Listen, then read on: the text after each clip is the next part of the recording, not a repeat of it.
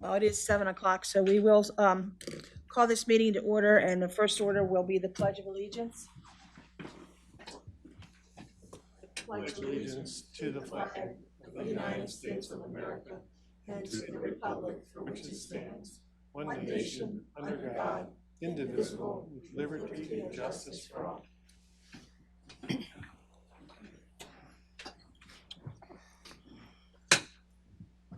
The next thing is the approval of the minutes from the January meeting.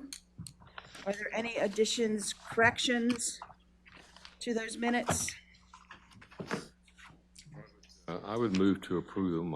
I think it captures. We did. Is there a second? I second. It's been moved and seconded. We approve the commission meetings from January 27th. All those in favor signify by saying aye. Aye. Those opposed? I abstain. Okay, one abstention. We still have the quorum, so we can approve the minutes.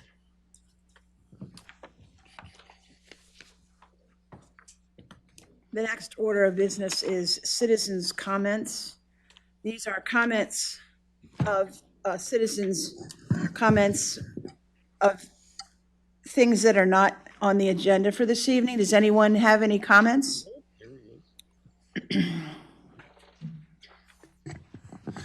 Good evening, commission members. Just here to tell you that the survey is dwindling down. Keep pushing it. We're looking for lots of responses, and you've seen all the yellow signs out.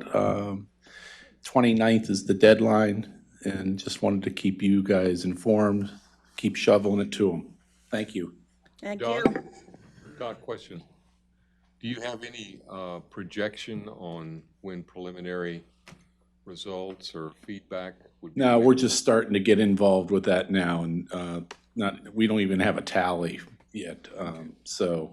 But we're going to have a meeting tomorrow, and we'll have a commission meeting a week after the council meeting.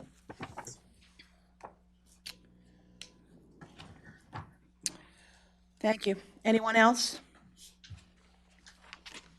We'll hear from our planners. First off, we'll hear from the Carroll County planner, Mary. Hi. Evening. Good evening. Last time I was here, we talked a little bit about the new employment campus district, and there is one property in the vicinity of Mount Airy directly north of your municipal growth area. I think you all got the email that had the map on it. It's about 102 acres, and they have come in and applied for the zoning of employment campus. We're going to spend the next couple months doing a staff review, then it will go to our planning commission in the spring, and who will make a recommendation to the Board of County Commissioners, who will make the final decision. Okay.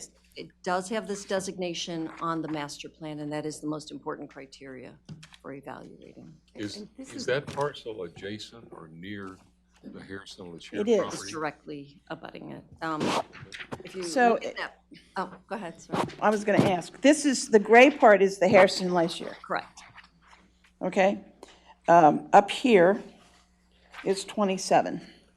Oh, okay. I see it. And this is this the parcel, what is this here? The red striped is the parcel. Parcel that you're 102 talking about? acres. Yes. So it's on the north end? Correct. Harrison LaChere. And where's, is this then LaShare Drive, this little bit where the houses are all off of it? I'm just trying, because I thought Harrison LaShare was the entire property between Watersville and LaShare Road. It is. And so where's LaShare Road in relation to this? Sheer Road is down here where the power lines are. See, you see this? So that's down here. Okay, Right. so it's So above. way It's above that. Oh, that's what I was trying to figure out. Got it, Right. thanks. Oh, okay. So yeah, above the LaShire Road is the parcel here that's in the designated growth. Excuse me. If you see the black and gold line, is a designated growth area for future annexations. So what you're talking about as the employment to come in, they have come in for that, would not even be in, It would be in addition. and it would be in addition, it would not be in, it's not into the future annexation of the town. Not at this time, it is not. Okay. All right. Okay, And there's been no other properties. There was a few potential properties that could have come in for a rezoning, and they did not, and the deadline has passed. Okay. I didn't, I also sent you about a one-page summary of the employment campus, if you wanted me to briefly go over that. So you would know that if this property did develop in this way, what it would be. Okay. This is a new zoning category. It's meant primarily to be an office category. I'm trying not to read everything here, but the purpose pretty well describes it. This is right out of the new zoning code. It's intended to provide for and foster comprehensively planned employment centers in campus-like settings to attract employers of highly skilled workers, including research and development, institutional, office, flex space, and other light and limited industrial uses, while providing a more flexible approach to design and development. The integration of trails, sidewalks, communal plazas, and shared amenities is encouraged. It is reviewed by the Planning Commission. An entire development plan for the entire site would have to be approved. At that time, traffic would be considered for the entire site. It's not intended that anybody could piecemeal this and just bring it in little bits and pieces. Parking is 5 spaces per 1,000 feet, and that is intended to cover all the different kinds of uses. And it's also intended to encourage shared parking in some situations. There's a signage plan, architectural renderings are required. There is a 20% open space and landscaped area requirement. And the mix of uses is kind of important. There's a lot of uses in our table of uses that are allowed, but the retail, service, and eating and drinking uses cannot comprise more than 25% of the total area of the development. And there's some limitations on the size of those individually. Residential uses are permitted, but they cannot comprise more than 15% of the total area. And then other permitted uses would include office, medical, hotel, conference center, recreational facilities, schools, daycare centers, and light manufacturing. All of the yard requirements are set by the Planning Commission at the time of site plan review, and the maximum building height is 50 feet, How big is the lot size? 102 acres. And are there any size limitations on the hotel, conference center, that type of thing? No, there's nothing in the code on that. It doesn't mean the Planning Commission wouldn't weigh, the County Planning Commission, if they were doing it, wouldn't weigh in on that. But no, there's nothing limiting it in the code. Okay. 102. and this will be, when will this be under review by the Planning Commission?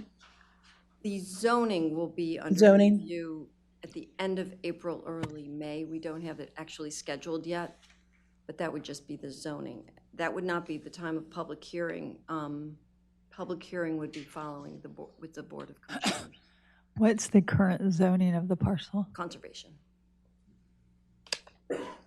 So probably the public hearing would be June, July timeframe?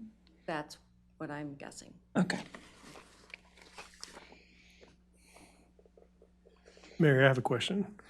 Is there a maximum floors allowed in the building? I mean, I see a building height of So 50 there's no feet. story requirement, there's just the building height. Just the building which height. is about 4 stories. Okay. You're not going to get more than that out of 50 feet. Do you have a developer, somebody who's? No, this is just the property owner. The current property owner has come in for the zoning. That's all it is at this point. Okay. Mary, do you and your folks, do you have a copy of our office employment campus ordinance? Yes. Soon. I I'm sure you think we do. Should have it, yeah. All right. And of course, can you just keep me abreast of any meetings related to this, either prior, the zoning and whatever, if you could, so I can either make myself available or Yes. something. And the town, by our town-county agreement, does get an official notice 45 days before the public hearing.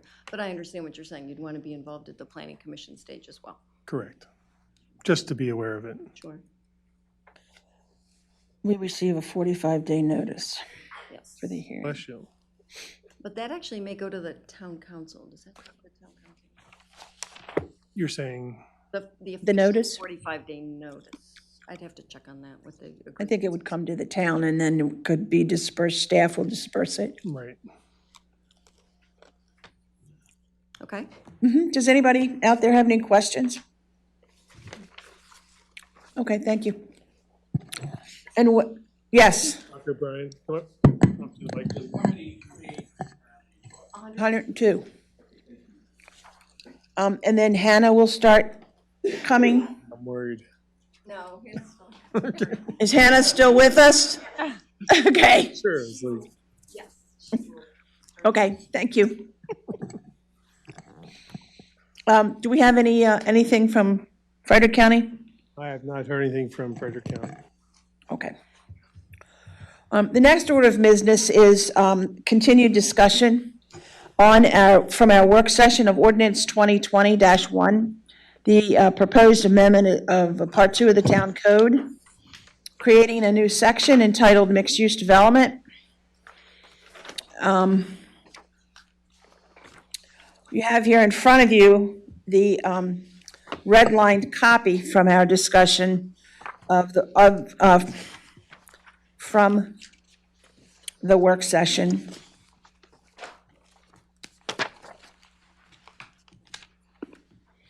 I'd like to first go to, hold on when I get to it, where we're talking about the permitted uses.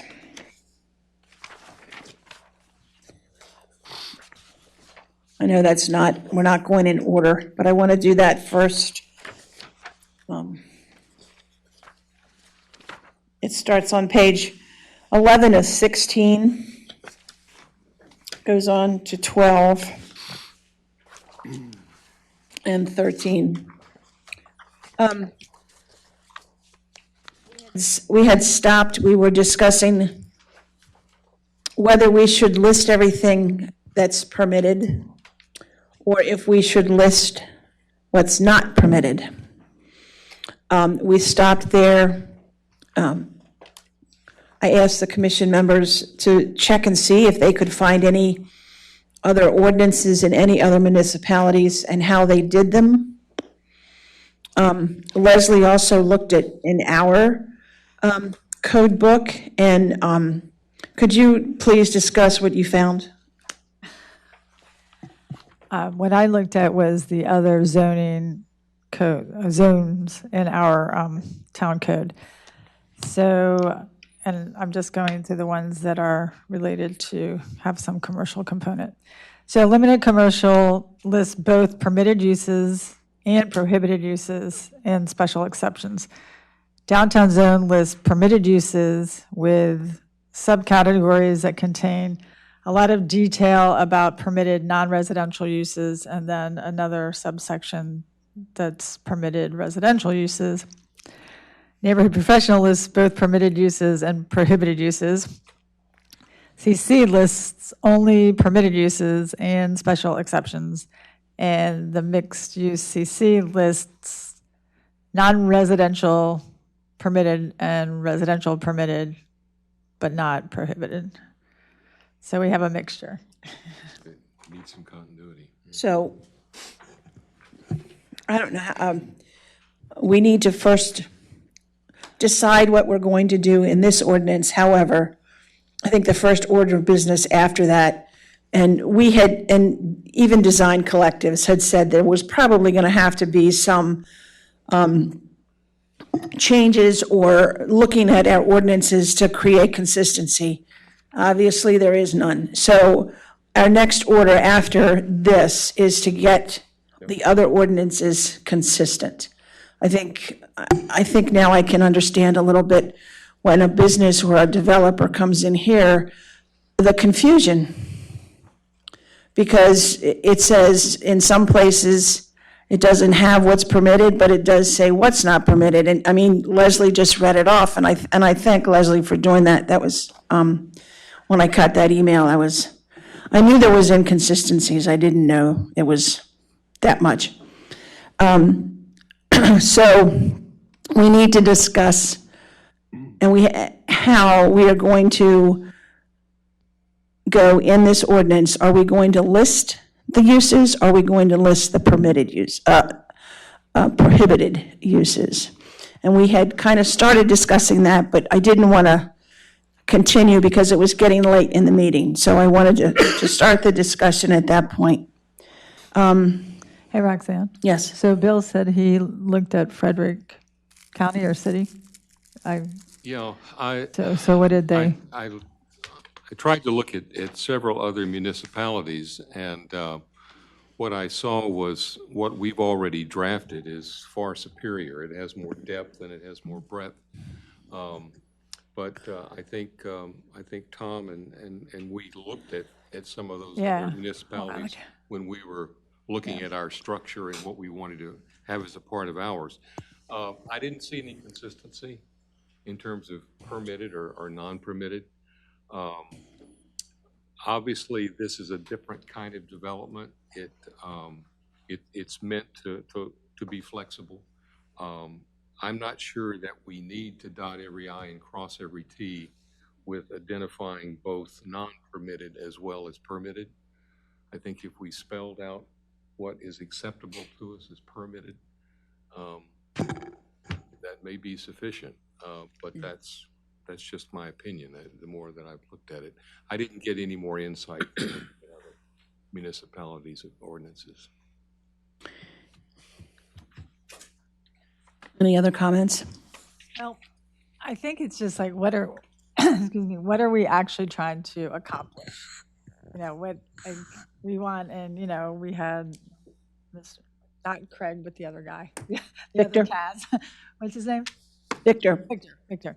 Is pointing out, well, this is what developers are looking at, and we want to make sure that we don't give away our reviewing, authority and stuff like that. So I think we need to figure out what is the best way to not be so, I kind of agree about, we don't want to totally micromanage. Right.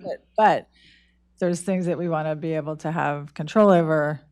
So I think we have to figure out what is the best mechanism to make sure that we, maintain our Tom, ability to review.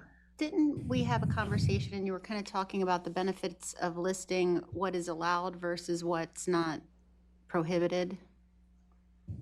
I think I was probably referring to is, first of all, in our code, we have traditionally, in the commercial area, been pretty specific, no more so than the DTZ. Right. It's an exhaustive list of what's permitted, maybe too exhaustive, I'm not sure. But I think what I was saying, though, is the way we have traditionally handled it is that if a particular use might be compatible or desirable, we have traditionally put the onus on the developer to come forward with a text amendment if it's not permitted, to essentially revise what's permitted. So the best recent example of that would be the restaurant in the I district that you all reviewed, which was a text amendment. So if you go that way, one might say that, you retain more control that way down the line. Others might say, if you're going to list residential uses, why don't you just say residential uses instead of being, popcorn sales and alcohol sales and, and being more specific than that. So, I think what I was getting at is the way we've always done it, we've typically sort of retained control on the back end, shall I say, by being this specific. Remember, there are other sections of the code that say if it's not permitted, if it's not listed as a permissive use, it's not permitted in the zone. So, anyway. Oh, so you're saying that's a general. Yes, right. Now, why we go on to reemphasize in certain zones, as I think you said we do, I can't remember personally. Yeah, in some of them. Yeah, why, and we go on to say, okay, this is not permitted. It may be a function of what you're permitting may be a little broad and you want to make sure you're not only just throwing out a junkyard, which might be argued to bootstrap underneath, a repair garage or something like that. Maybe that's why, I'm not sure why we do it that way, but that's what we've always traditionally done, as long as I've been here.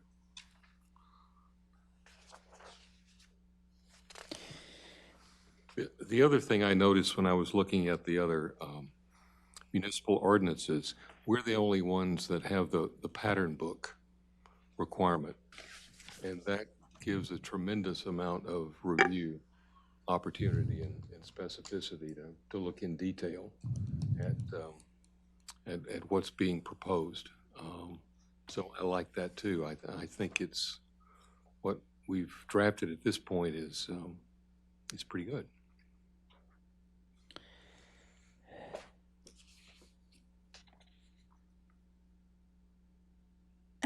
I have, my only thing is, I guess, if we list the permitted uses one by one, yeah, we might forget something and they come back and ask for the text amendment. And I mean, that text amendments, that would kind of, I don't know if I want to be bogged down with a lot of text amendments. I don't know that we would be bogged down. I just don't want to be.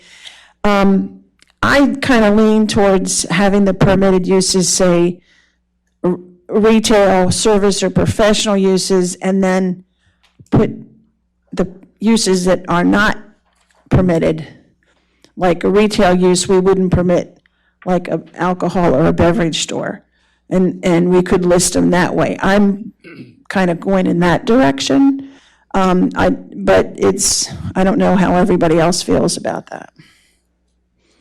So you would do permitted uses in a general way. Right, and then the prohibited uses, I would be specific. I mean, it kind of fits with the pattern book. Right. Because then the pattern book would have the ideas. I mean, the thing that concerns me about the detailed permitted is that it can be interpreted as you have a right to do everything that's permitted, even if it doesn't all fit together. And so like, there might be some things that we don't want in every mixed use. So if they're all listed and then we're not sure that we want to approve a certain whatever, then it's harder to say you can't have that there because it's permitted. I kind of like what Tom's saying is put some general, allowed uses. Don't list things that are I think excluded. that's what. Yeah, kind of like, yeah. Don't list what's excluded. Don't list Yeah. what's excluded because by virtue, it wouldn't be allowed because it's not listed there and they could come in and ask and we can say it's not there or it is, or we can add it or whatever we want to do at that point. Simplifies it. I would yield to that. Simplifies it, Yeah. I like that. Okay. So now, we write, are we going to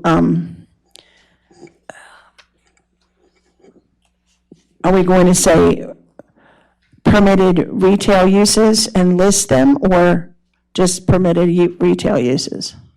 How are we going to say that? You go to V, you have one already that says retail sales and service, and then the added language from staff, I think, is without outdoor storage. That would seem to be a fairly broad category. Yep. Now, maybe you want to get a little more specific with the service side of it, because there's a retail, I think most people understand what that means in terms of merchandise. Maybe this isn't the same necessarily as something, I don't know. But Professional offices, should cover, because here we got administrative, financial, real estate, bank, and professional officers. So those are all kind of professional Right. offices, or financial / professional.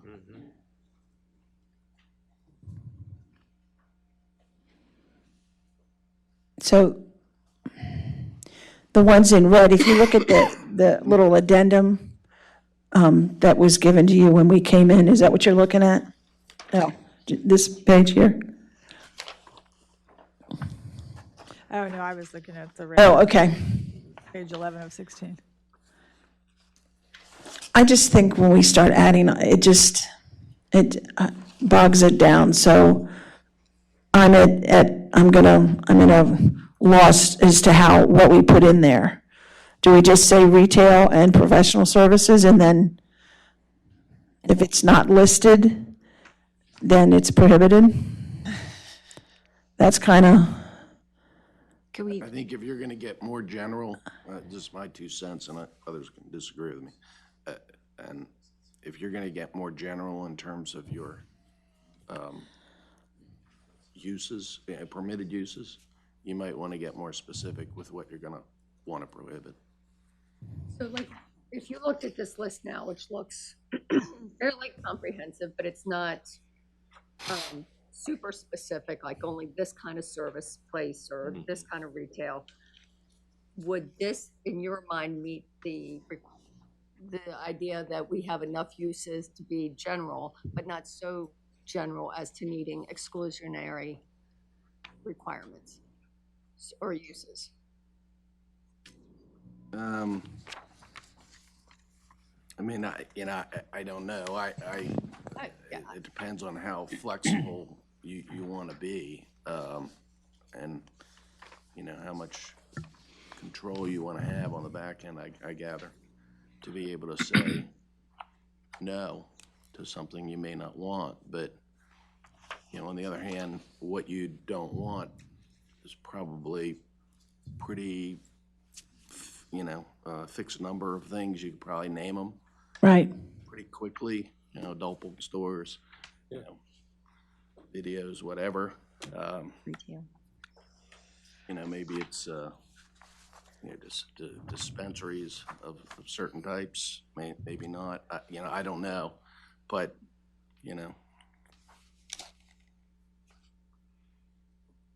We have a lot of mention of with or without drive-through service. Should we just have one statement that says whatever comes should not have a drive-through service, or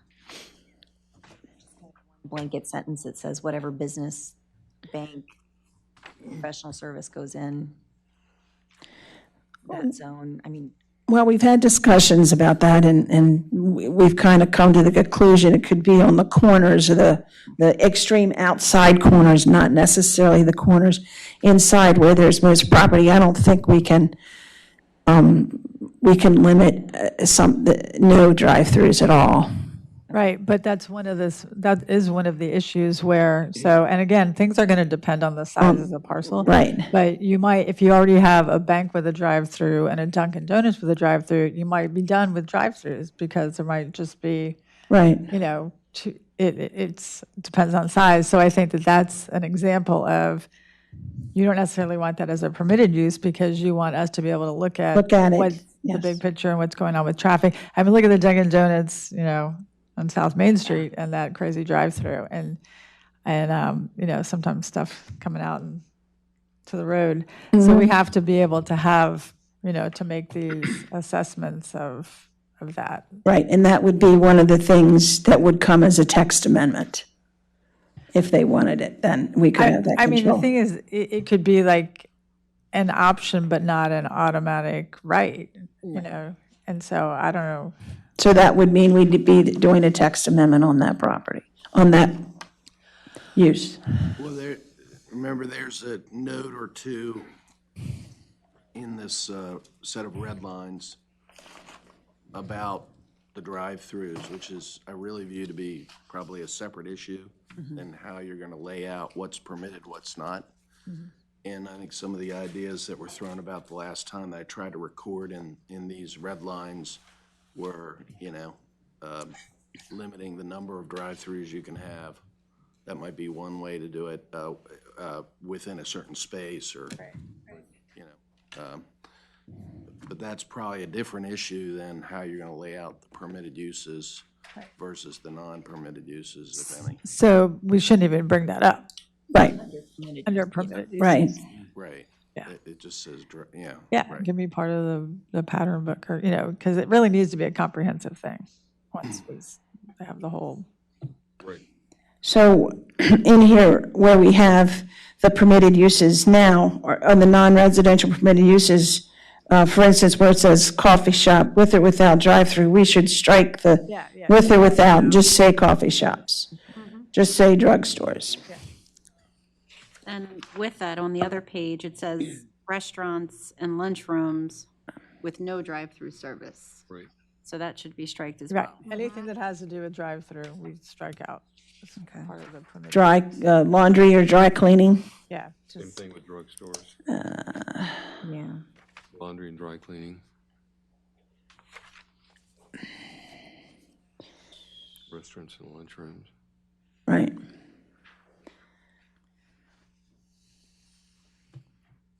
Now, the other issue that I see here is the short-term rentals or the Airbnbs. I would get rid of it. I think we need to take that out. I would get rid of it. Yeah, The reasons we talked about last Right. time. and then it does say here, retail, sales, and service.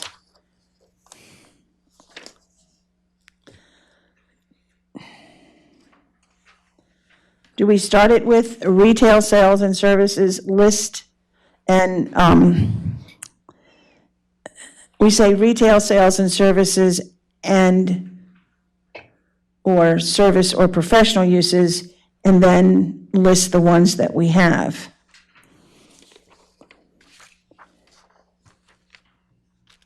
With, Can you restrict an Airbnb use of a home, a dwelling or a home that's privately owned and purchased? At this time, in this town, no, but there are municipalities and counties starting to limit that. So I would take it out altogether.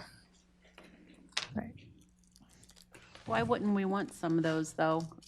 Currently, we don't have hotels. They're becoming a nuisance in the residential areas that they are in. They're getting more and more complaints from the people that are using them. Noise complaints, complaints about parking, complaints about too many people in the houses. The people that have the Airbnb, the people come in and they have had damage done to their properties. I think it's best just to leave it out right now. Do we have data that supports that? Well, what we I do know just from other, because it's kind of a big issue in some places, is for one, they're not taxed like places that tax hotels. They're getting, it's sort of like Uber in New York City and in DC, where the taxi cabs, they have to go through this like tremendous training and all this kind of stuff, and then Uber just shows up and they, they can do whatever they want. Well, the Airbnb, I mean, we don't have a hotel yet, so right now that's not an issue, but that's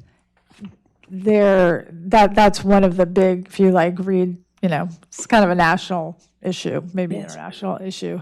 And, it's sort of, I mean, again, people here might not care, but it's cutting off people who rent their properties for longer to actually stable tenants.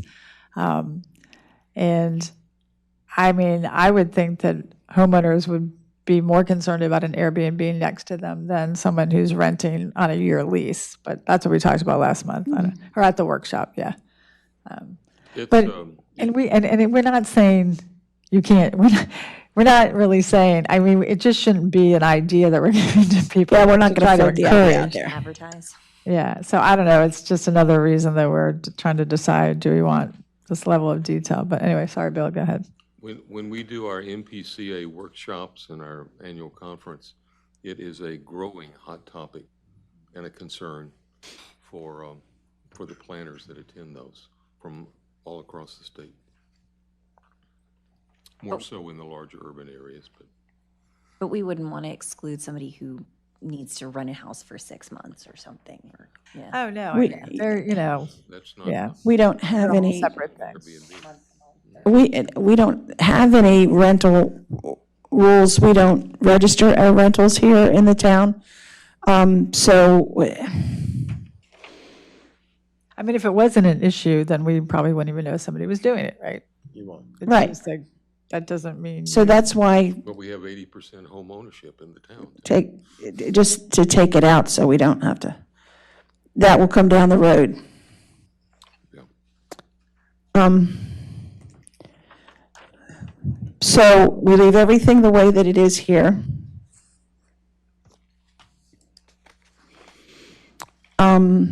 We're just talking about non-residential here. And then a final statement saying if it's not listed here, then it's a prohibited use.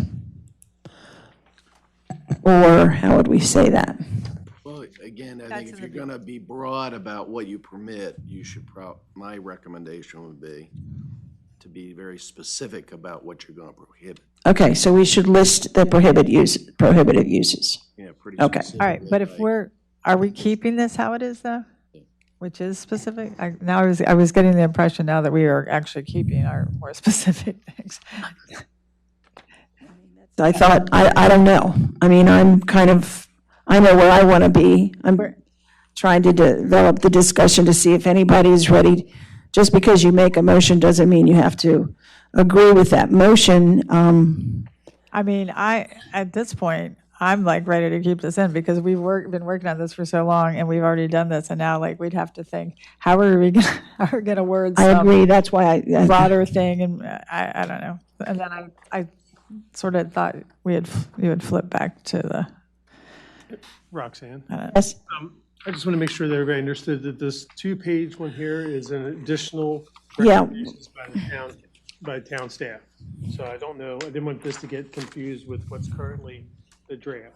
So these items here are possibly some additional items we want to add to the draft. This just enhances what's already. yeah, it just, I just want to make sure you know that there were 2 separate items currently, I think, my feeling is I don't know if this is a comprehensive list. I mean, I ran it through my mind a couple times. It seems like it's a decent list. It seems like a 90% solution. But I think the error or an error on this list, you're going to end up in a better position in here, someone saying, well, I don't see my thing on the list here, but I have a good use, and they can talk about it. If you call out specifics of prohibitions and you miss one, then they're gonna, somebody's gonna say, oh, you didn't put check cashing or pawn shop, and you're like, so I guess I'm okay now, and you're like, oh darn, we missed that one. Right. So I think I think you can make a bigger fault by trying to list the prohibitions instead of the way we have it. I don't, it seems like a 90% solution here, and it seems like it will serve us well. So I think we should leave it. This without any kind of, like, Well, the exemptions that are in there, the exceptions that are in there now, I think are, reasonable. But I meant no more, nothing that says exclusions. yeah, I think Without listing I think exclusions. exclusions will open the door for I didn't see my exclusion. Yes, I agree with you. It's maybe there's some benefit in being vague here. I agree with you. Ron?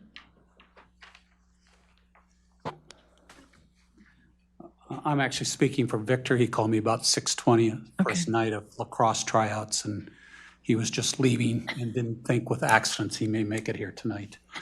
From his point of view, we pretty much were okay with the permitted uses. There were a couple comments that we had in there about bringing hotels up to be a permitted use.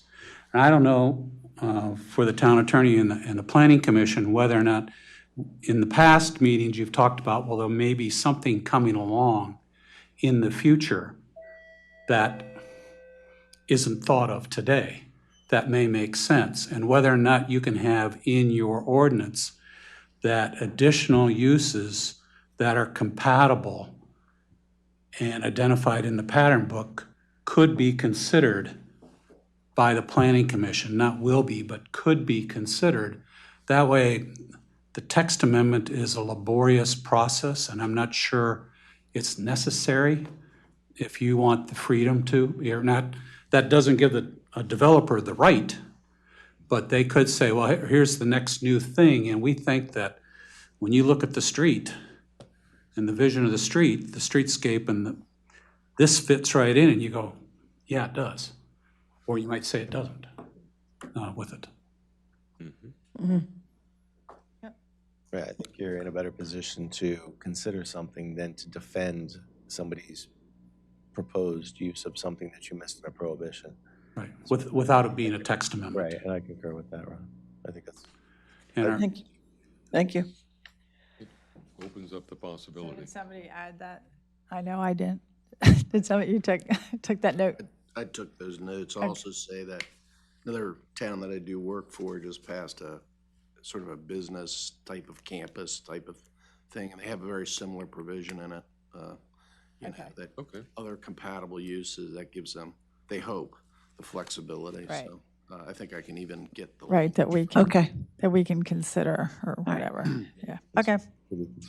Okay. yeah, thanks. I'll wait till you come to more uses here. To one more of his comment, unless you'd like me to Well, make why it. don't You know, you? I think just do it now. Yeah, Item 4 on page 12, and this is something that Victor had mentioned in the last meeting under uses between 25,000 and 65,000, that to allow one permitted use between 25 and 65,000, because any development is going to have an anchor. Your report shows an anchor.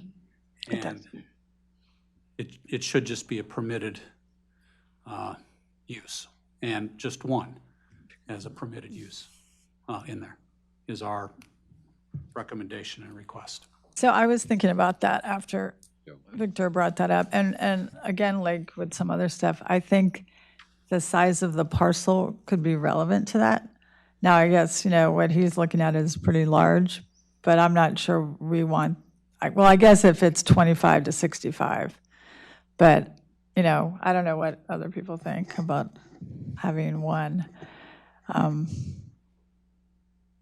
But, yeah, I mean, it would have to sort of be, what's that, kind of, I can't think of that term, but in terms of just how large the parcel is.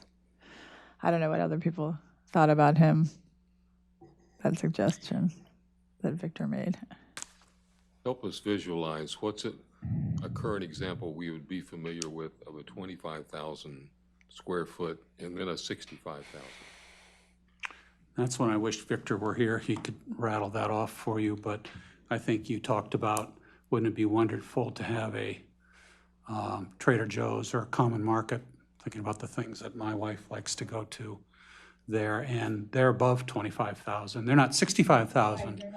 Right. No, but they are above 25,000.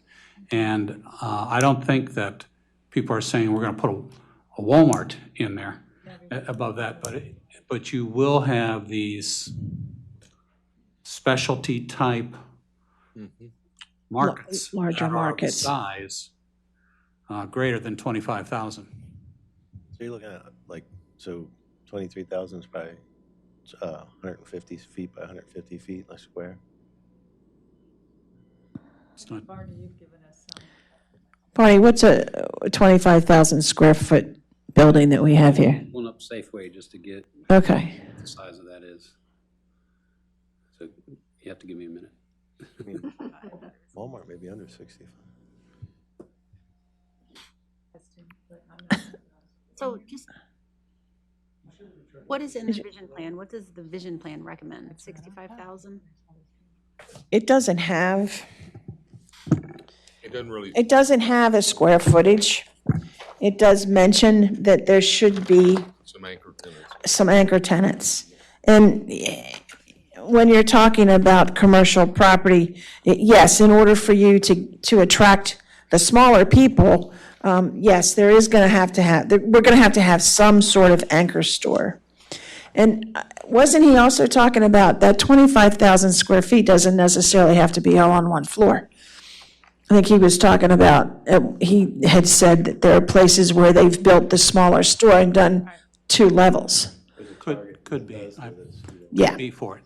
Yeah. I think that's to me, I've always envisioned that that's what the focus of the pattern book is that when they propose something, and we've given language about this concept sketch plan Right. or layout plan, that when you have all of these elements together, then you're able to judge whether or not it's meeting the walkability, the things that help bring the other stores.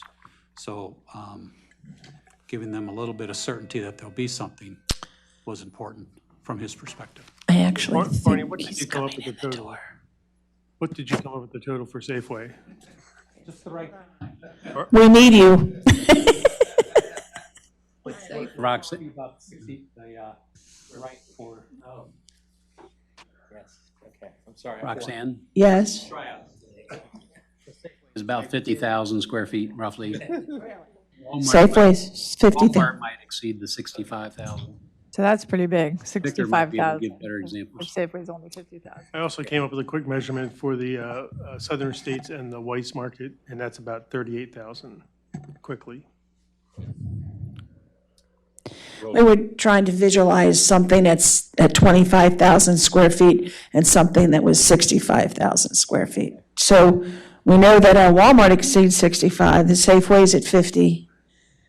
The southern states and Weiss market is, not Weiss, Food Line, excuse me. I was going to Line say, in southern states is about 38,000 combined. okay. And Food Lion, did you say? See, that was combined, like the southern states plus the food line combined, Okay. Would be what, 65 about 38,000 combined? combined. Oh, you mean southern states there? I was thinking of track, okay. Yeah. I did too, I thought, okay, so. On page 80 of the downtown vision plan, Thank you. on page 80, where they lay out recommendations for the Center Street area now on the Beck property. And they've got single-family detached, single-family attached, multifamily, and a residential total. Then they go into retail office. They say grocery because that was what came to mind as a larger property. And what the range they give, and they were recommending in terms of scale, is 40 to 65. That's what I thought, yeah. It's a grocery store. Okay. I think we have them. I'm sorry. No, that's okay. Did we make it? I mean, Just so you know, like a grocery, 65 would be a very big grocery. You know, most of Okay. the groceries are anywhere from, on the smaller end, like some of the Food Lions, maybe in the 30s. The Harris Teeters and the Safeways, the bigger ones, yeah, the Whole Foods would be a smaller one. The main ones, you know, Safeway Giant, stuff like that, they're probably more in the 40 to 50 range, depending on if they're the gourmet version of it or if it's a smaller market. Something as small as, unfortunately, we can't get it, but Trader Joe's is, you know, much smaller. That's more like a 15 Right, to 18. There are some Aldis that are out there that are in the small, like 25 range, but those are what they'll consider their, like, literally their cut rate.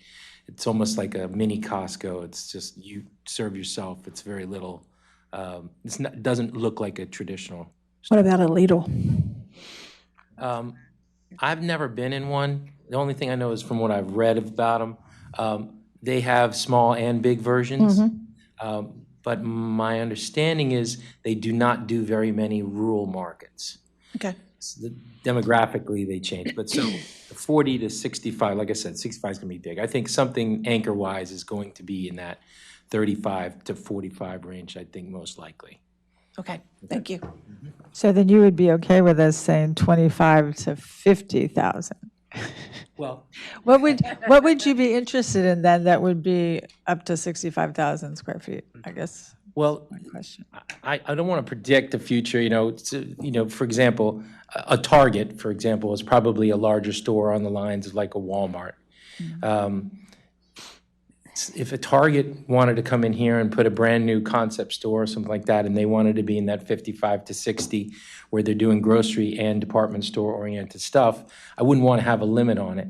I don't know that there's I can't say to you that 65 is the absolute, you know, number. It could be 50, but if we want to, it would prevent something bigger like that, a Target or some other store that maybe competes with Walmart in that range. So that would be the type that would be at that top end.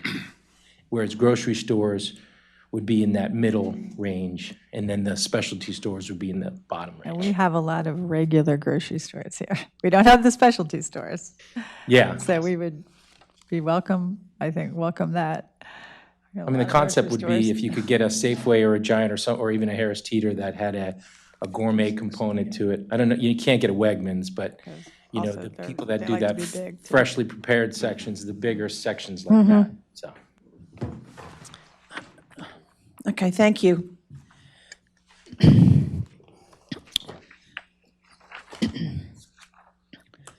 Excuse me, that, I mean, yeah, that's one of the uses, but that's a separate thing that we'll put in a different motion. I want to get the permitted and prohibited uses out of the way, and then we can go back, and then we can go to number 4. Scott, do you have a suggestion as far as a motion that we could use? Well, I would motion that we keep the accepted uses as they're captured here in the red line version.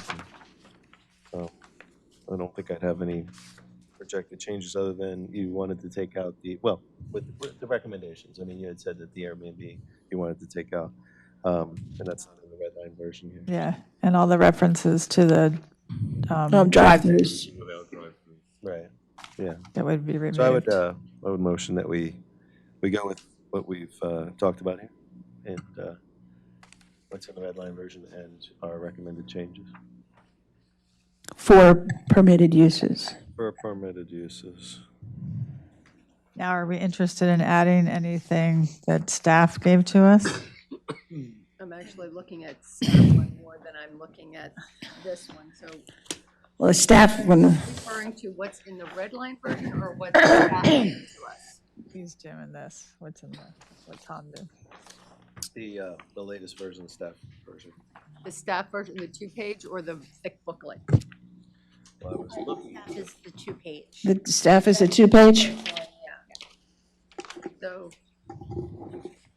because I kind of like some of the additions that they put in to that, so I would be, The things that are redlined are additions that they have put in. The ones that are there are already in there. right, Okay. Yeah, so it would be a staff version. the staff version, okay. All right, I second that then. The motion, does that also include the language about flexibility on additional compatible uses, which can be approved even though not specifically listed? Yes. yes. Larry?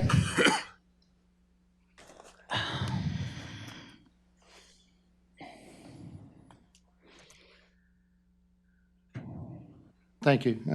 Larry Hesher on the council. So you made a motion that includes the text amendment, removal of a text amendment. Is that correct? Is that the way what's the motion that was made? The motion is to keep the accepted uses as identified in the staff red line 2-page document. Okay, all right. Yeah, with the striking Strike. drive-throughs, Yeah. reference to drive-throughs in this subsection, eliminating short-term rentals or Airbnbs, and also including a provision that there be additional uses that, if compatible with the other uses specifically listed, could be approved by the planning commission. Okay. All right, that's the part that I got a little bit of concern about. I'll start by asking Tom a question. Has a cannabis dispensary been included under the definition of a drugstore, or is that something separate? Or has that even been debated? Hasn't, not that I don't know. Okay. I mean, I don't know that that's been decided. It's probably not a drugstore. Okay. or a It's a dispensary. pharmaceutical store, let me use that term. So medical potentially dispensary. somebody could come along and ask for that as an exception. Yes, they can. Well as a couple other things that, we may not want in town. But we can't zone that out either. Well, you can't, well, you have a list in front of you and things that are Well, approved. I think what Tom said, though, the argument could be if it's not specifically listed here, it's not permitted. That's true. And it could be, That's right. and it could be considered. But someone could come up here, One of the categories, I think, is what Larry is saying. but somebody could come up here with a new business idea, be it a cannabis dispensary, a vape shop, something like that. I'm not saying any of those are bad. What I'm saying is that the motion, as you've made it, puts the burden on you to figure out if that's a suitable, Right. I thought that we didn't want to close the door on any potentials. I mean, okay. I mean, and- that may not be one of the potentials, but I mean, if you give me, 10 minutes, I probably can come up with 10 others that we would do want. Yes, yes. Totally agree. What I'm concerned about is that you're about to pass something that basically puts the power on this panel and takes it out of the council's hand. And you could be in a scenario where something that is not very flavorable could come up in front of you, and you guys are making the decision as opposed to elected officials who are getting paid $4,000 a year to make that decision and can get thrown out of office.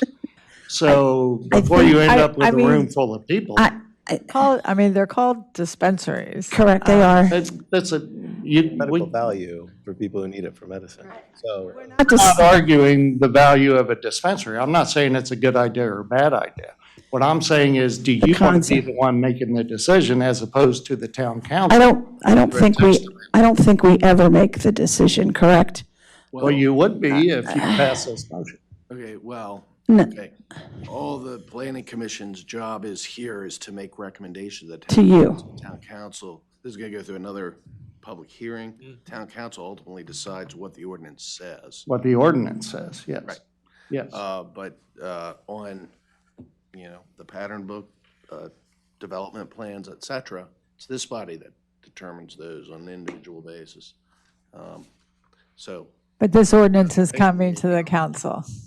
Yeah, After I'm just saying, be careful what you pass, because you could end up with a room full of people who don't want something, and as a volunteer panel, you're going to be up there making the decision on that pattern book, as opposed to a text amendment that comes in front of the council, so that we have to sit up there and pull on our big boy britches and lady britches and make that decision, so, okay? All right, thank you. dispensaries, though, if you take a look at E, it says bookstores with the exception of adult entertainment. You could, if dispensaries was your major concern, you could do that with one or more of these to make sure. I'm not comfortable listing that as an exception. I mean, there's too much around that. Not that I think that we need one today. I'm just saying that there's too much, there's just too much legislation swirling around that Yes. we would be foolish to put that in there. Well, couldn't it even fall under I currently? Health services such as medical, dental, optic? I If mean, it's medical dispensary, it could. it's a medical, People get prescriptions for The this stuff. drugstore across the street sells Oxy. I mean, There you go. Yep. Yep. it's health services. Right, and if it's inside a health service, then nobody knows what you're doing when you go into the health service, because technically, private. theoretically, it's private. Methadone clinic Well, could be health services. We're not, we're,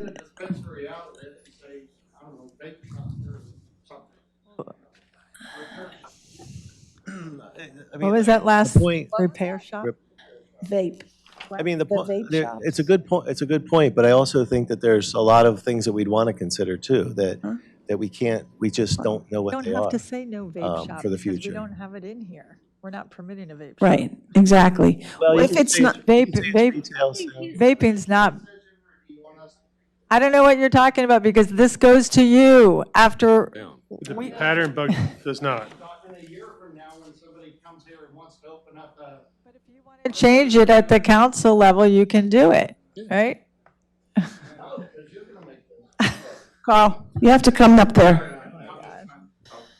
I'll let Ron go first. What Carl's saying, I think everyone's kind of missing the point.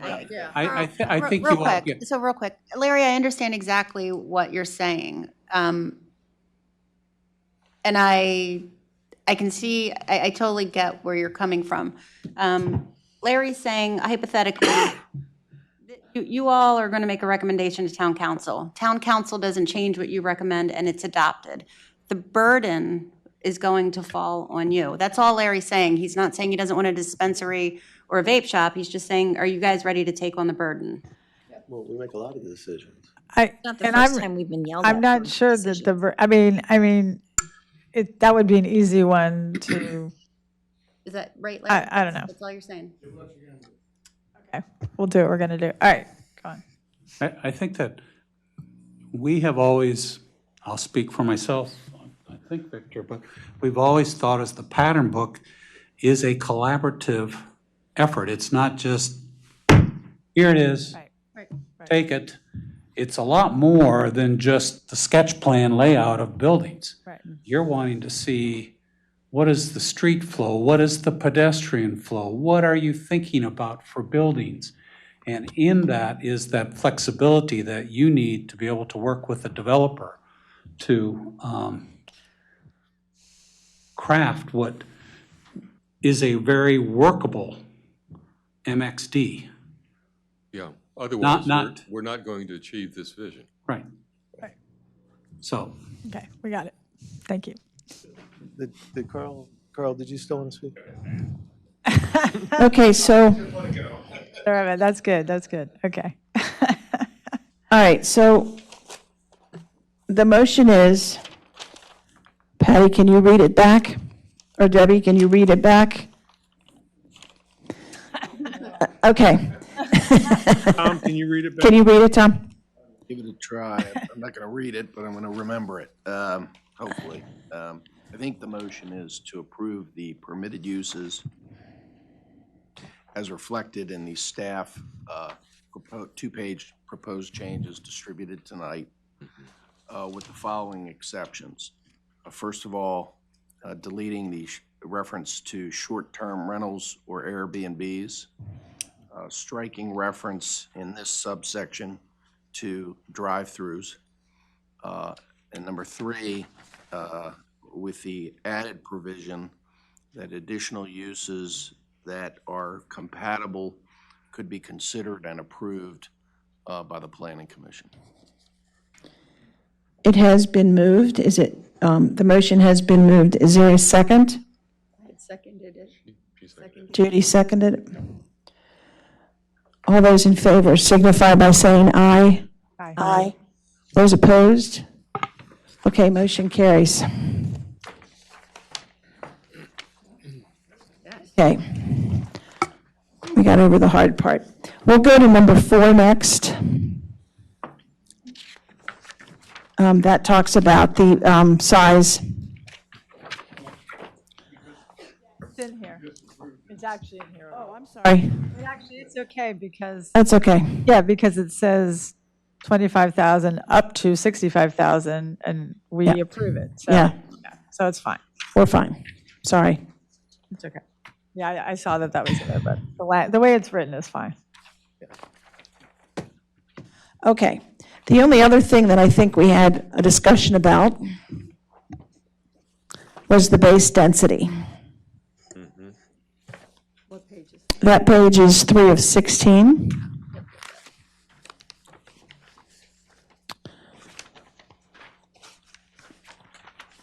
We had talked about the fact that we take out, what we take out as far as,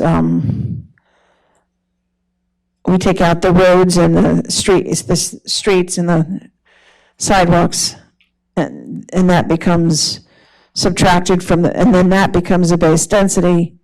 One comment was made, well, I have to develop that too, that's part of my development. talked to other developers and other commercial people dealing in commercial real estate. I don't have their names and numbers here with me, but I asked them how they determined their base density, and they all said what the comment was, that base density also includes, you don't take out the roads and the stormwater management and all that, you don't take that out of your base density. So, Hearsay. I'm saying they do it differently. No, I'm just saying we don't have them here.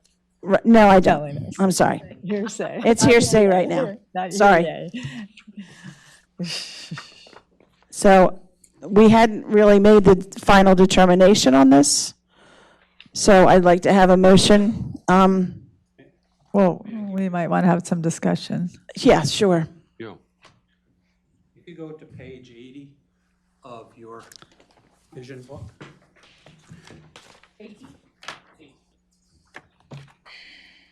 And why we feel strongly it's based, this 9823 is almost like a poison pill.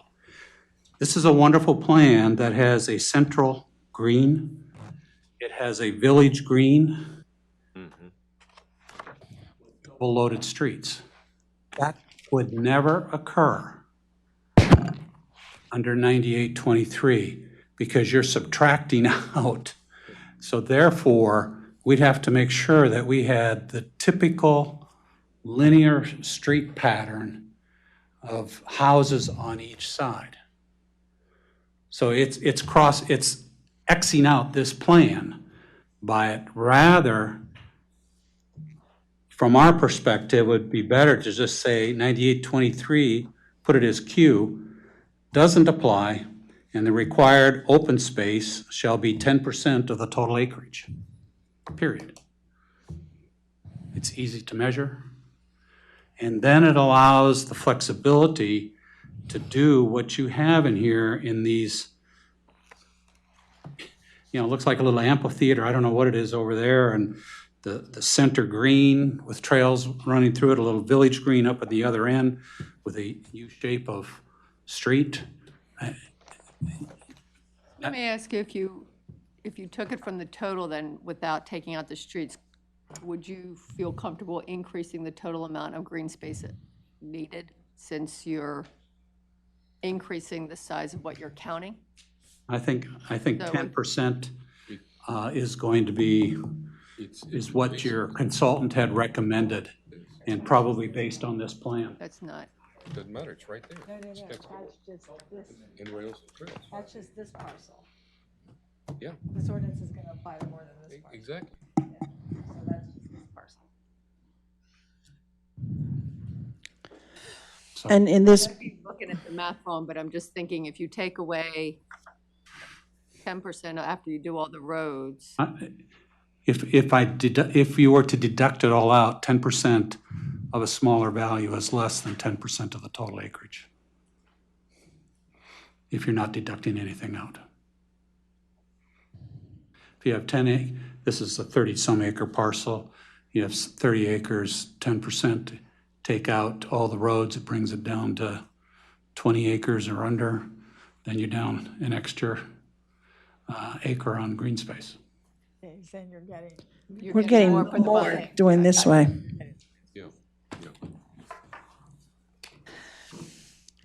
You have anything to say about this, Barney? The way we looked at it is, everything should stay in 9823 when it talks about open space, so you have one place to go to look at. And, that's why we brought the downtown zone that got approved. Its open space was added to that, and then MXD now is, I was talking more about the other part. yeah, the net developable acreage. Yes. Because this refers to 10% of the net developable acreage. I was talking about the base, what do they call it? Right. Base density. The base density, which is on page 13G, is that what you're talking about? You all were talking about a few different Right. things there. Yeah. Right, so first we were talking about page 3, but That's actually on page 13, G, density, maximum of 7 dwelling units per net developed acreage. There was a question whether that should go to 10. I think Victor had mentioned that at Yeah, the yeah, last that was meeting. that was the other thing. Yeah. So,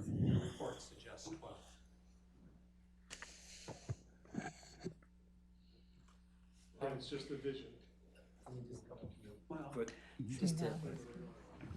What we discussed last time was, you asked me what was a reasonable amount, and, this was at 7. I think the vision plan was at 12, and then we said, somewhere in between there, and we talked about 10 being a compromise. Could I live with that? I think that's a reasonable amount. And in terms of the 10% of the total acreage, again, would I want it less? Yeah, but it's still a reasonable amount. The question for me was not the 10 or the 10%. Right. It's how you calculate the density, not the 10%. Right, exactly. That was my question Yeah, to Barney. and that's, I think, what we're talking about. Yeah. If you do it under the definition that was originally proffered, again, there is no municipality, city, county, anywhere that does it that way. That is just a way, that's just a way to eliminate density. And it's a weird way, since the developer is the one that's creating the streets and the open space and the stormwater management and all these other things that theoretically get deducted out. So the general way you see it is, what's your net usable acreage? Meaning, where can I develop, which is usually just outside of the floodplain? Or if there's a particular wetlands area that has particular protection in a jurisdiction, that's also not considered usable. So to me, usable acreage is a more appropriate one. Now, Ron was also talking, if you exempt it out of 9823, it just talks about general, total acreage. That gives you more open space. So there's two ways to sort of look at that. Is it 10% of usable acreage plus density at usable acreage, or is it the other way? So that's what I would proffer is the right way. Subtracting out public improvements, it doesn't seem appropriate in this case. so my comment to that is our definition under open space 9823 does talk about stormwater roads, buffer areas are not included. Open space is included. I think Victor mentioned that, but that's actually included. So certain things are deducted, and that's why, I'm in agreement. I was, if you look at 7 per the entire parcel is what we were suggesting. But because it does say net developed acreage, if you want to go to 10 or something like that, is, would be kind of the equivalent after you subtract out those other things. But I wouldn't want to change that definition unless you want to go down that road and change 9823 with the definitions as well. Like Brittany Manor, for instance, was tested to that, and they followed that. Right, I remember that pretty well. So I guess the question then, which is why I asked you what you thought, because I remember that very well. And so I guess the question is whether this is different because because we're wanting these, like what Ron showed us, this beautiful, which is of course what we will be expecting.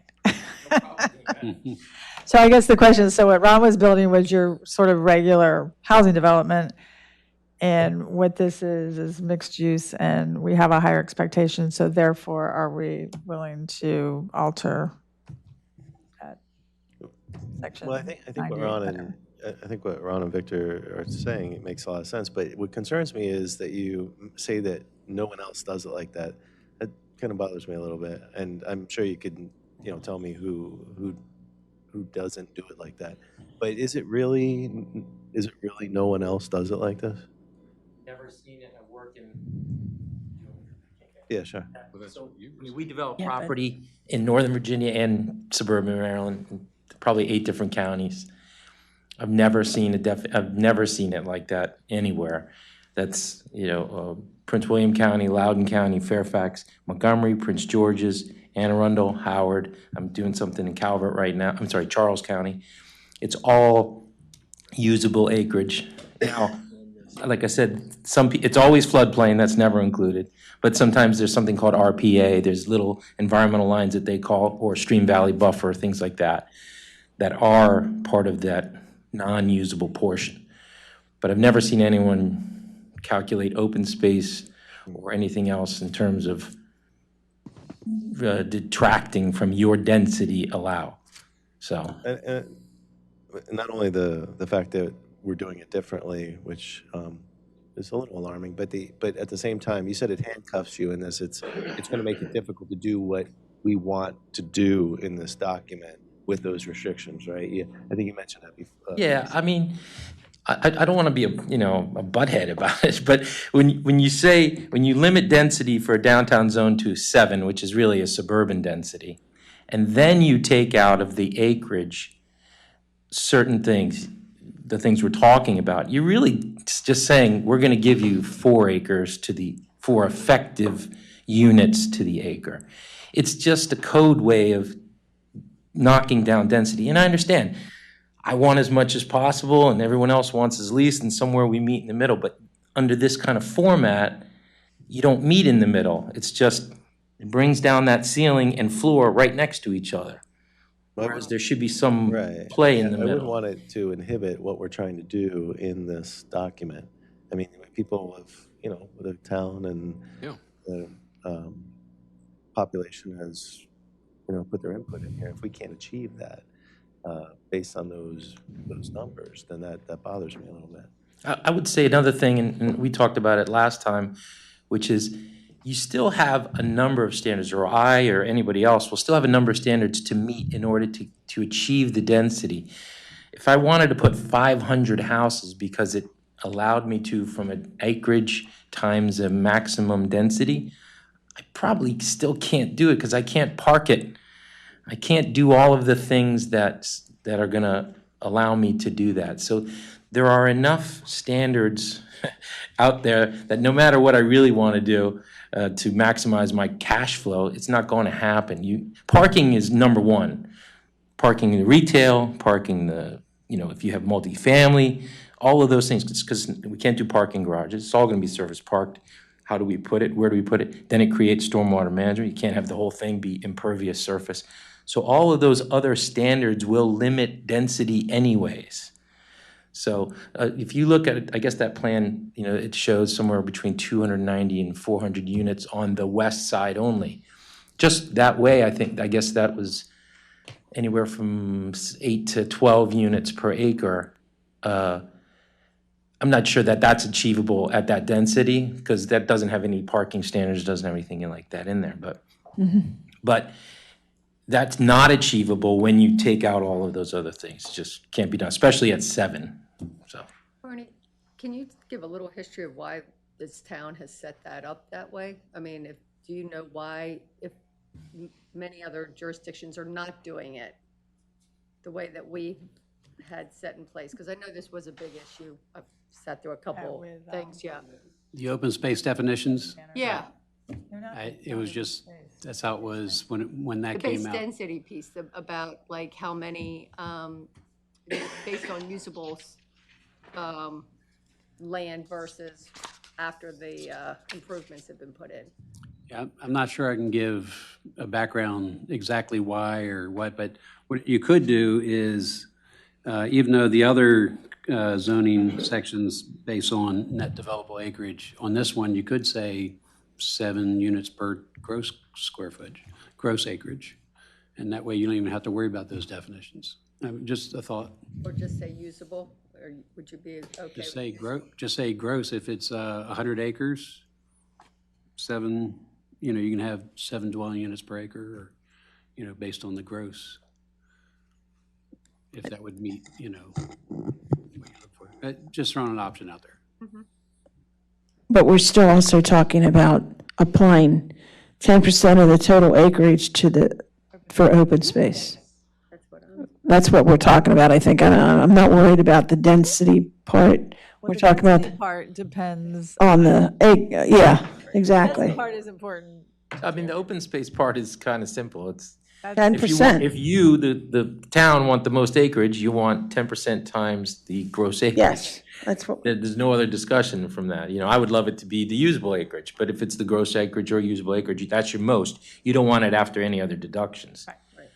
The only question is, you know, what's your density related to?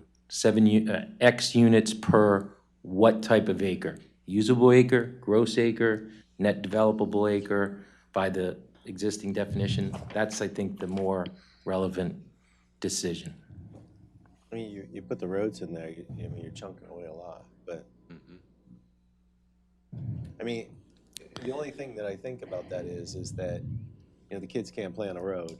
So while I feel like it should be net usable acreage, that road takes away any potential to do anything on it. I mean, it has a function, obviously, right? But it's definitely not going to contribute to any, picnics and kite flying because you can't do it on the road. So I don't know what the right thing here is. I don't know what the right decision is. I mean, if you're taking the 10% off of the usable, it doesn't make the road usable as far as open space.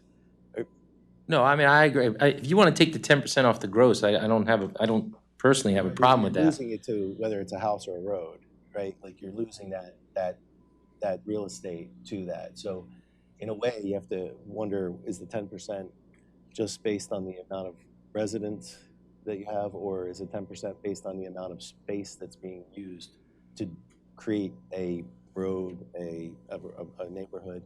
I mean, I don't know. I think it might be, if we truly want 10% for a parcel of land that is being occupied, then it seems like it would be from the total acreage. But I think that your point about net usable acreage is valid, and I think that that's not fair to penalize you for those roads when you're trying to develop it. Well, the term here is the term that has been used in the town is net developable acreage. Developable, right? Yeah, not usable. Yeah, not the developable. common term that I use is net usable is the one that's just in taking out an environmental zone. Right. But developable is what I was. Yeah, that's right. That's exactly right. So you're saying you'd be in support of 10% of the gross acreage for open space, and then on the number of units, it would be on the gross space. The net developable acreage. Yeah. If you do it on the net developable, the project will never get developed. No, not the open space, the density. The density. on the density, he just said. That'll never happen. Like, Yeah. we win. Right. Way round on that one. Well, maybe So I was I wondering- didn't interpret the way you said it. You were saying say what you said, the second part. So open space would be based on the total gross square land of all of it. But the number of units would be on the, also on the gross space, because you can't do it on just the net developable, because then Right. Yes. He won't be able to do his. Can't do that Right, plan. that's Right, you can't do this. Right. yes. Okay. I misunderstood. I thought you had a knot in there, and Oh, no. But then your development based on the gross includes the roads and the improvements, right? Or no? Gross would be gross. Yeah. No, I know, gross is Yeah. gross. Yeah. I'm saying it would be everything, absolutely, under that definition. And then the second thing you said. So basically, everything, the number of units and how much open space would all be based on That seems like gross. a win-win. Everything. But what you also said is you would like the number to 10, not 7. we said So here's where I'm going to work against my self-interest, which is not usually what I do. But when we were talking about 7 or 10, I was talking about in the context of some type of usable, which would be a percentage of a gross. So if it is gross, I wouldn't recommend 7, but it might be 8 or 9 or 8.5. Somewhere in between. That's actually halfway, 8.5, right between 7 or 10. If you're using the gross, so you want to have. I'd like to see it bumped a little bit, but if you're using gross, you don't need to be 10. Because again, I don't think we're going to be able to put, the whole site is 90 acres. I don't think there's going to be 908, units on there. That'd be awesome, but I don't think it's going to happen. And I don't think you could physically fit that much with all of the standards anyways. So Too much, yeah. I think if you, split the difference in 8.5 units or 8 units, that's probably a reasonable on the gross acreage. My brother's going to kill me. Okay. Tell me should have been here, right? Okay. So Judy, do you want to attempt the motion? So I'm going to propose that we make the open space and then number of usable, let's say it wrong, the net units, based on the gross acreage of the property, and that 10% of that gross will be used for open space, and 8 units, it will be 8 units per acre. Is that correct? Do we have to have a number of units per acre for that? Is that, Curtis, help us? You don't have to. It was inserted. Yeah, it was there. inserted, but we have it in pretty much all the other zones. I mean, All right. Victor has a good point that you can only fit so much because you sure. have parking that's required and stuff, but it's still good to put a cap up there. I think it's a good idea. That's why we threw it in there. I mean, I think it's weird to put 8.5 in there. Well, no, we're putting 8. No, We're right, saying so- 8 units. Right, so I think- 8 units. Was it per acre? No, per, Gross okay, acre. For gross per gross acre. It's been, okay, Leslie seconds it.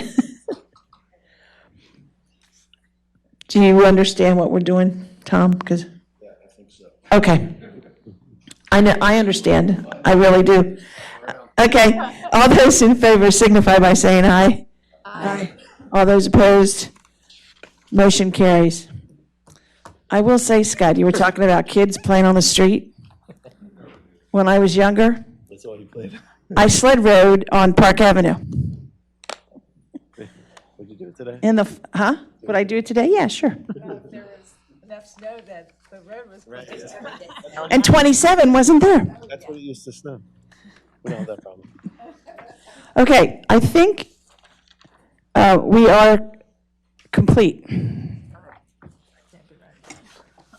So, Tom, we ask you to, does this keep us in our time frame? You're going to, Well, I think we were still trying to then look at the revised revisions last draft at the next planning commission meeting for a recommendation to town council in April, I think that's what we were targeting for. Does that meet your understanding, Pam? okay. February, planning will look at it again in. End of March? So it actually wouldn't get back to council until May. Right. Okay. Well, Or are they going to set, they can set a public why hearing? wouldn't they get it in March? April. Why wouldn't they get it in April? They get it in April. Typically, it's 1 month behind because Larry, but typically, these meetings wrap up, days before, or a week before the next town council meeting. And usually the agenda is set by then. It's not universally true, but by March. or are they still going to be within the 60 days? No. Well, you have 60 days to report back, so you could report back on, John will do a memo and probably with some red lines. But that doesn't mean town council has to reintroduce and set a public hearing at its April meeting. It could wait until May to do that. Okay. Are you okay with that, Larry? If we know it's coming in April, I don't mind putting it on the agenda. We're setting a public hearing in May? Okay.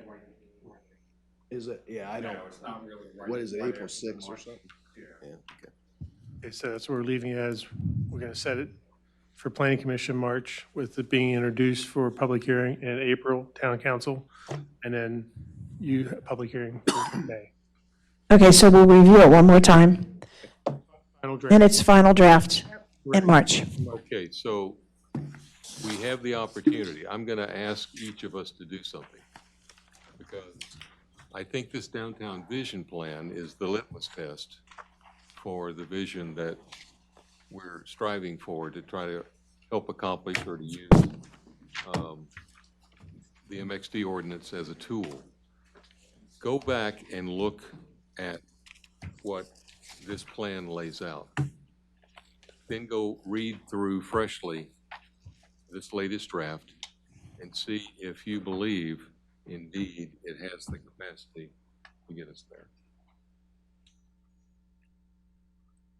Okay. Yep.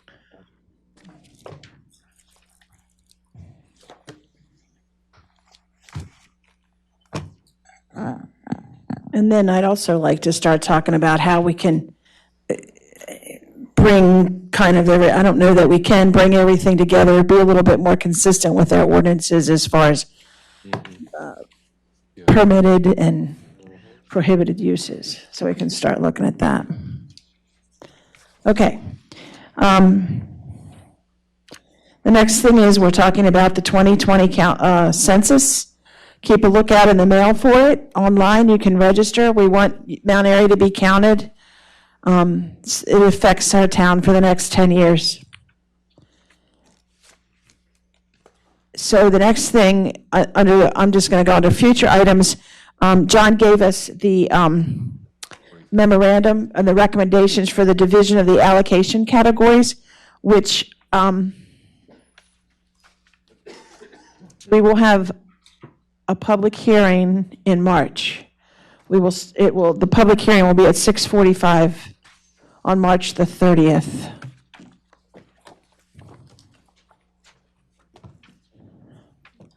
Barney, is there anything different about this ordinance, about this memorandum?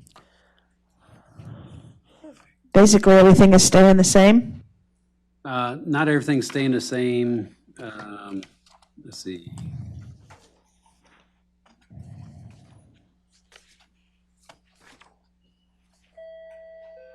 Gotta find the right page.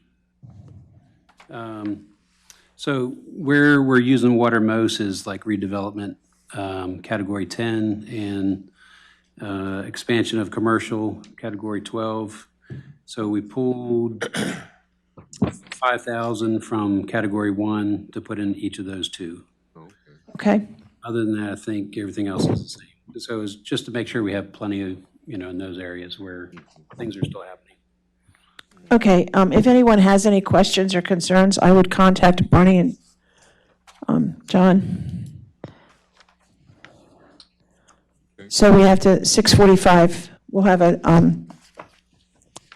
public hearing at our next planning meeting, which is March the 30th.